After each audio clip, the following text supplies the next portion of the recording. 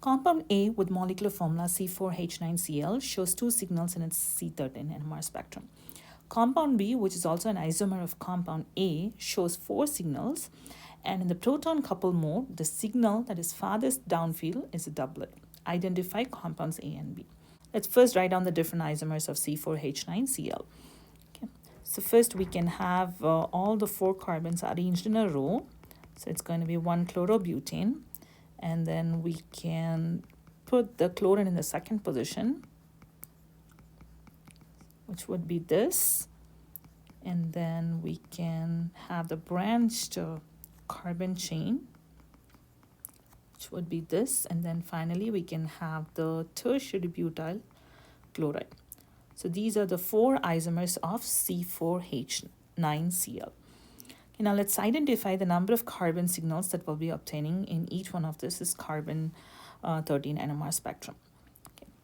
So for the first one, we have four different carbons. All of these four carbons are different because you can see like that this is closer to Cl and this is one step away, this is two steps away. So therefore these three CH2s are definitely different.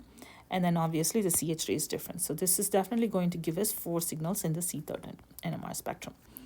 And then here, this CH3 is different from this CH3 because this is one step closer to the Cl. Okay, so therefore this is going to be different. So this is A, B. And obviously this is the methane carbon, and this one right here is going to be the methylene carbon. So there should again be four signals, right?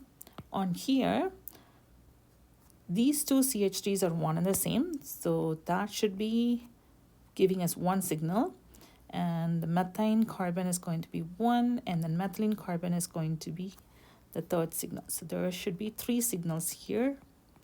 And on the last one, all of these three methyl groups are one and the same. So that should all be giving us one signal.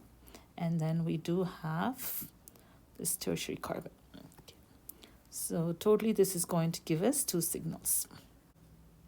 Let's go to our question. Compound A with molecular formula C4H9Cl shows two signals. So our compound A should be this. So let's label this one. So this is compound A. Now let's go on to the second part of this question. It says compound B is an isomer of compound A and it shows four signals. Okay, so definitely it should be one of these. Compound B should be one of this because this produces three signals. So let's cross this one off. This is not going to be compound B. Additionally, it also says in the proton couple mode, the signal farthest downfield is going to be a doublet. Now, which of this is going to give us a doublet for the farthest downfield signal? Now, let's first identify the carbon that's going to come in the downfield region, in the farthest downfield region. That should be the carbon that is connected to the electronegative atom. So definitely it is going to be this carbon here.